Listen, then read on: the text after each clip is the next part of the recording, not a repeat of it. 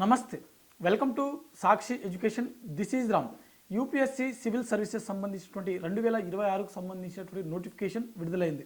So ఈ వీడియోలో మనము ఈ నోటిఫికేషన్ సంబంధించినటువంటి ఎలిజిబిలిటీ, అదేవిధంగా దరఖాస్తు ప్రక్రియ ఎప్పటి నుంచి ఎప్పటి వరకు జరగనుంది, అదేవిధంగా వయోపరిమితి ఏ విధంగా ఉండాలి, ఏ అభ్యర్థులు అంటే ఏ కేటగిరీకి చెందినటువంటి అభ్యర్థులు ఎన్నిసార్లు అటెంప్ట్ ఇవ్వవచ్చు, అదేవిధంగా వీటికి సంబంధించినటువంటి సెలక్షన్ ప్రాసెస్ ఏ విధంగా ఉంటుంది అనే విషయాల గురించి ఈ వీడియోలో కంప్లీట్గా తెలుసుకుందాము.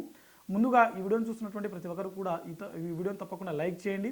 అలాగే మీరు ఇంకా సాక్షి ఎడ్యుకేషన్ యూట్యూబ్ ఛానల్ని సబ్స్క్రైబ్ చేసుకోకపోతే ఇప్పుడే సబ్స్క్రైబ్ చేసుకోండి. అయితే మనకు యూపీఎస్సీ సివిల్ సర్వీసెస్ 2026కి సంబంధించినటువంటి నోటిఫికేషన్ అనమాట. ఇది మనకు ఈరోజు రిలీజ్ అవ్వడం జరిగింది.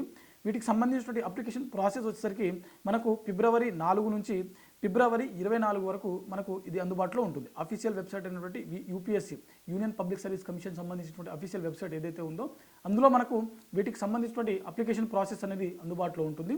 అయితే ఇది మనకు ఫిబ్రవరి 4 నుంచి ఫిబ్రవరి 24 వరకు మనకు అందుబాటులో ఉంటుంది. ఫిబ్రవరి 24 సాయంత్రం 6 గంటల వరకు మనకు వీటికి సంబంధించిన అప్లికేషన్ ప్రాసెస్ జరుగుతున్నట్లుగా ఇక్కడ నోటిఫికేషన్లో చాలా స్పష్టంగా మెన్షన్ చేయడం జరిగింది. అయితే మనకు వీటికి సంబంధించినటువంటి మొత్తం వేకెన్సీస్ మనకు ఈ ఏడాది మొత్తం 933 ఖాళలకు సంబంధించినటువంటి నోటిఫికేషన్ ఏదైతే ఉందో ఇది రిలీజ్ చేయడం జరిగింది. ఈసారి నోటిఫికేషన్లో మనకు 933 ఖాళలను ఇక్కడ మెన్షన్ చేయడం జరిగింది. ఇందులో మనకు దివ్యాంగులకు సంబంధించినటువంటి ఖాళీలు దాదాపుగా 33 ఖాళీలు అయితే ఉన్నాయి. ఓవరాల్గా 900 సంబంధించినటువంటి పోస్టులు అయితే మిగిలిన కేటగిరీలకు దివ్యాంగులకు 33 ఖాళీలు అయితే ఉన్నాయి. ఓవరాల్గా వీటికి సంబంధించినటువంటి అప్లికేషన్ ప్రాసెస్ మనకు ఫిబ్రవరి 4 నుంచి 24 వరకు జరగనుంది.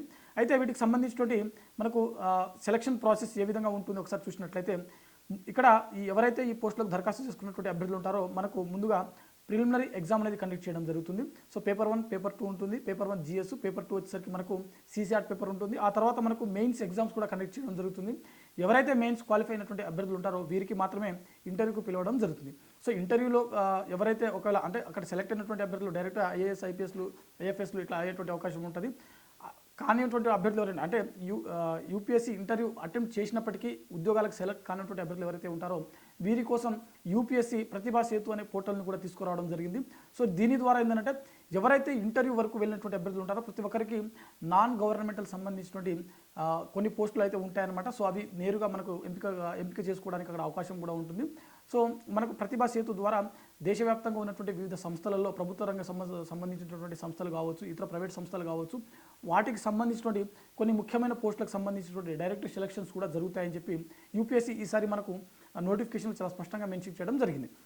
గతంలోనే వీటికి సంబంధించిన ప్రతిభా సేతు అనేది పోర్టల్ అనేది తీసుకురావడం జరిగింది. ఈసారి నోటిఫికేషన్లో కూడా చాలా స్పష్టంగా మెన్షన్ చేయడం జరిగింది.